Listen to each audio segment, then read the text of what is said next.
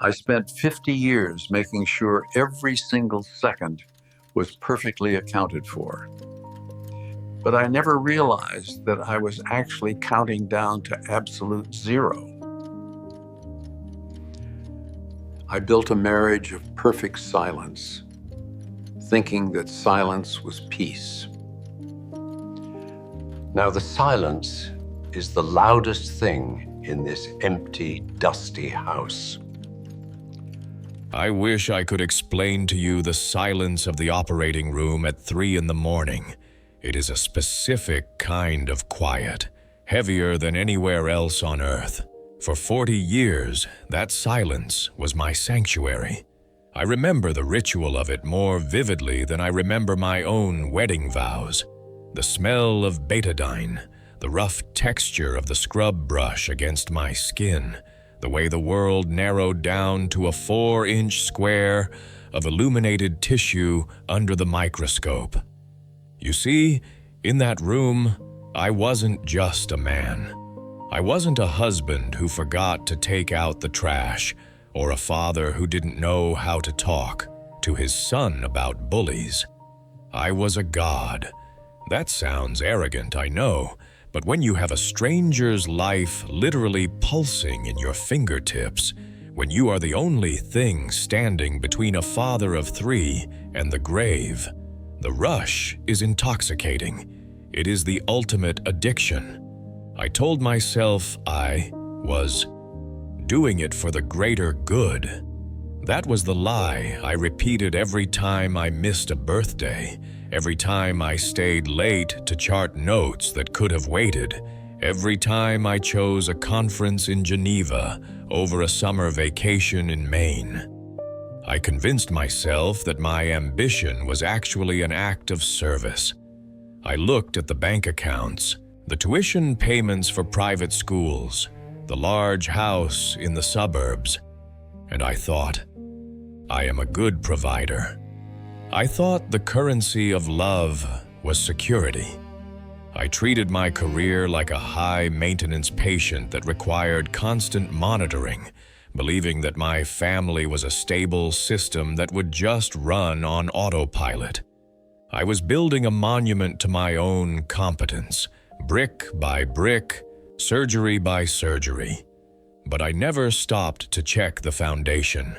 I didn't realize that while I was meticulously stitching up arteries to save lives, the delicate vessels that connected me to my own wife and children were slowly, silently atrophy. I was so busy being essential to the world that I became optional to the people who actually shared my last name. The problem with being a surgeon is that you cannot simply turn it off when you walk through the front door.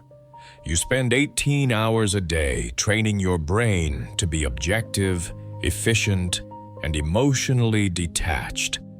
You have to. If you felt the tragedy of every tumor, you'd never be able to hold the scalpel steady. But I made the fatal mistake of bringing that clinical detachment into my living room. I remember coming home late, smelling of antiseptic and exhaustion, and finding the house in the chaotic state of raising 3 children.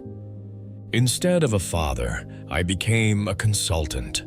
I assessed the problems of the household with the same cold logic I used for a diagnosis. If my daughter was crying over a broken friendship, I offered solutions. I told her to stop the hemorrhage of tears because it was inefficient. I didn't hold her. I prescribed advice.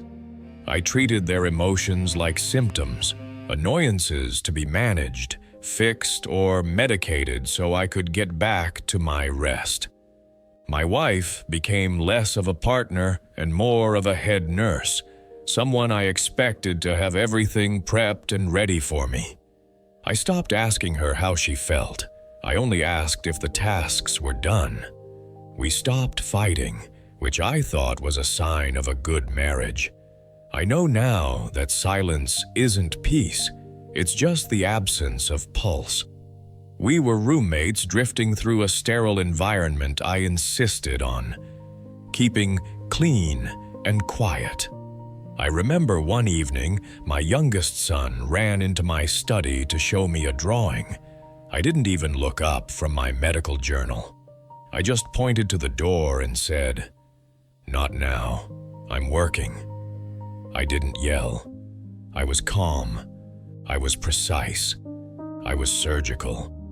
And just like that, I cut a nerve. He walked out, and I don't think he ever really walked back in. I thought I was teaching them discipline. I was actually teaching them that they were secondary to my important work.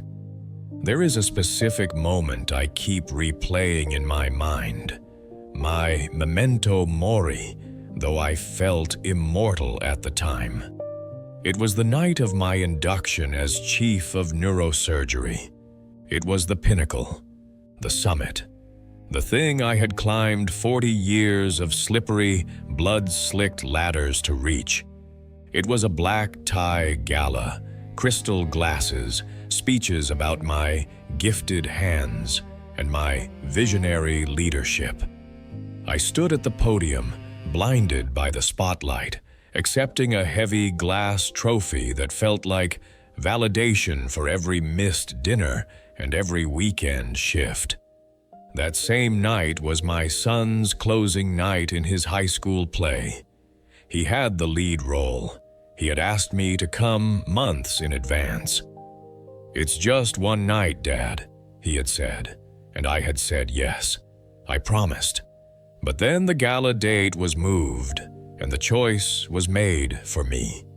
Or so I told myself. I told him, "This is for my career, which pays for your school. You understand, don't you?" He looked at me with this dull, resigned expression, an expression that haunts me, and said, "Yeah, Dad, I get it." Standing on that stage, receiving the applause of 500 colleagues, I felt a rush of adrenaline. But on the drive home, the high evaporated. I pulled into the driveway of my silent, dark house. My wife was already asleep, or pretending to be. My son's door was closed. I stood in the hallway, still in my tuxedo, holding that heavy glass trophy. I looked at the closed doors of my children's rooms, and the silence wasn't the peaceful silence of the operating room. It was the silence of a tomb. That was the turning point, though I didn't register it then. That was the moment the heart monitor of my family life finally flatlined. There was no alarm, no beeping, no nurses rushing in, just a quiet death. They had stopped waiting for me. They had learned to survive without my oxygen.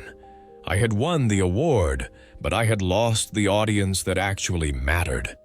I went to bed that night feeling like a king, not realizing I was actually a squatter in my own home, sleeping next to strangers I had forgotten how to know.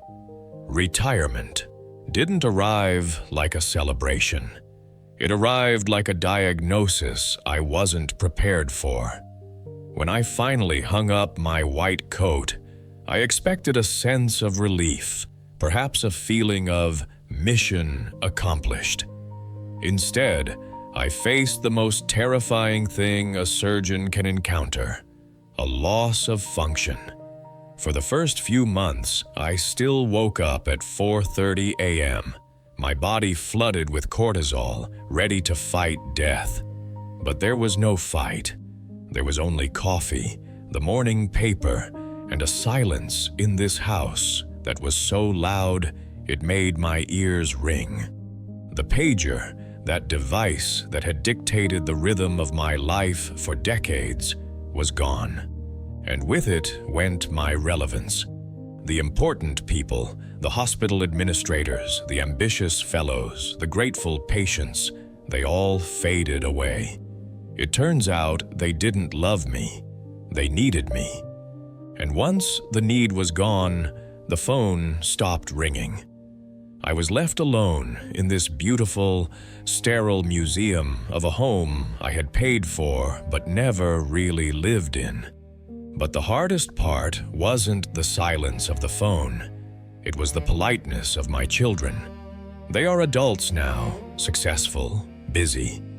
When they visit, which is rare, they sit on the edge of the sofa, checking their watches, just like I used to do. We have clinical conversations. We talk about the weather, the stock market, my health. They ask, "How are you, Dad?" with the same detached professional courtesy I used to show my patients during rounds.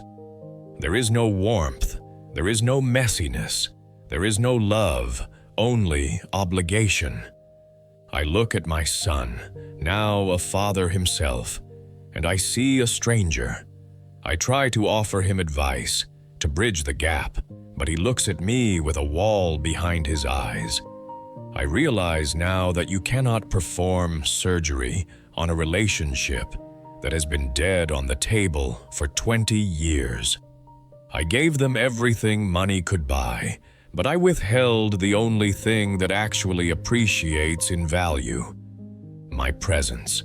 Now, in the twilight of my timeline, I spend a lot of time sitting here, performing an autopsy on my own life.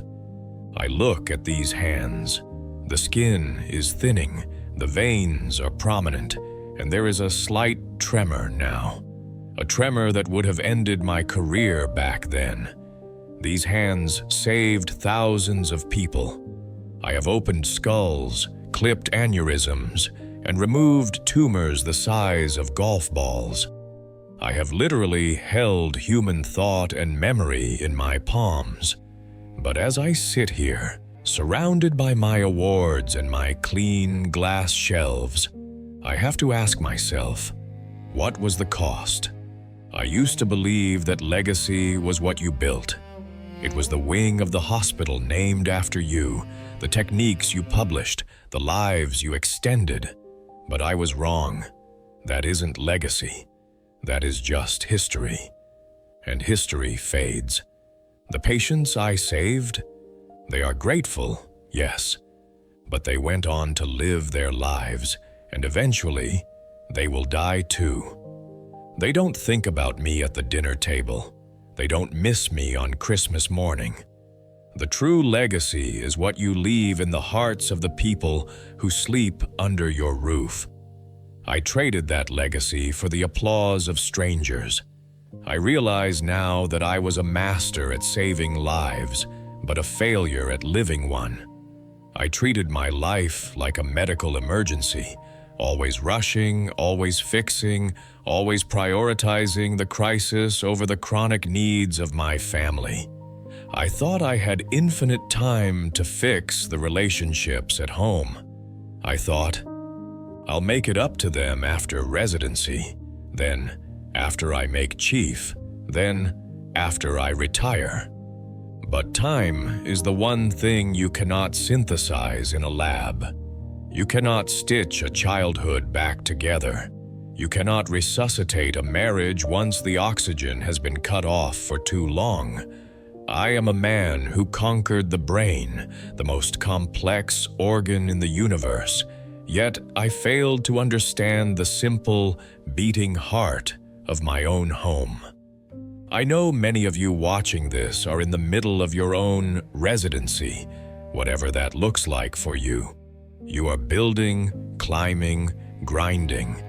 You feel the pressure to provide, to succeed, to be someone. You tell yourself that the long hours are necessary sacrifices. You tell yourself that your family will understand because you are doing it for them. I am not here to judge you. I am here to warn you. I know the seduction of being needed by the world. I know the high of professional success.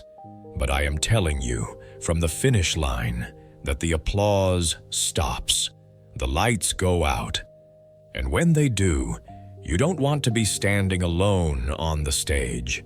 If I could go back and scrub in for one last operation, I would operate on my priorities. In medicine, we use triage to decide who gets treated first. We prioritize the most critical cases. I want you to triage your life differently than I did. Stop treating your work like the emergency and your family like the stable patient who can wait. It is the opposite. Work is rubber. If you drop it, it will bounce. Family is glass. If you drop it, it shatters. Start small.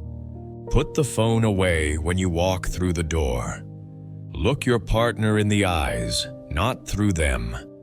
Listen to your child's story about a rock they found with the same intensity you would give a CEO. Do not save your best energy for strangers and bring your leftovers home to the people you love. Go home. Be there, not just physically, but with your spirit. Do not wait until you are 80 years old to realize that the most important title you will ever hold is not doctor or director or CEO. It is dad. Time is the only currency you can never earn back once it is spent. Don't let the silence become the only legacy you leave in this life. The mechanism of love requires friction to keep moving. Do not fear it. Fix the connection before you are left with nothing but the ticking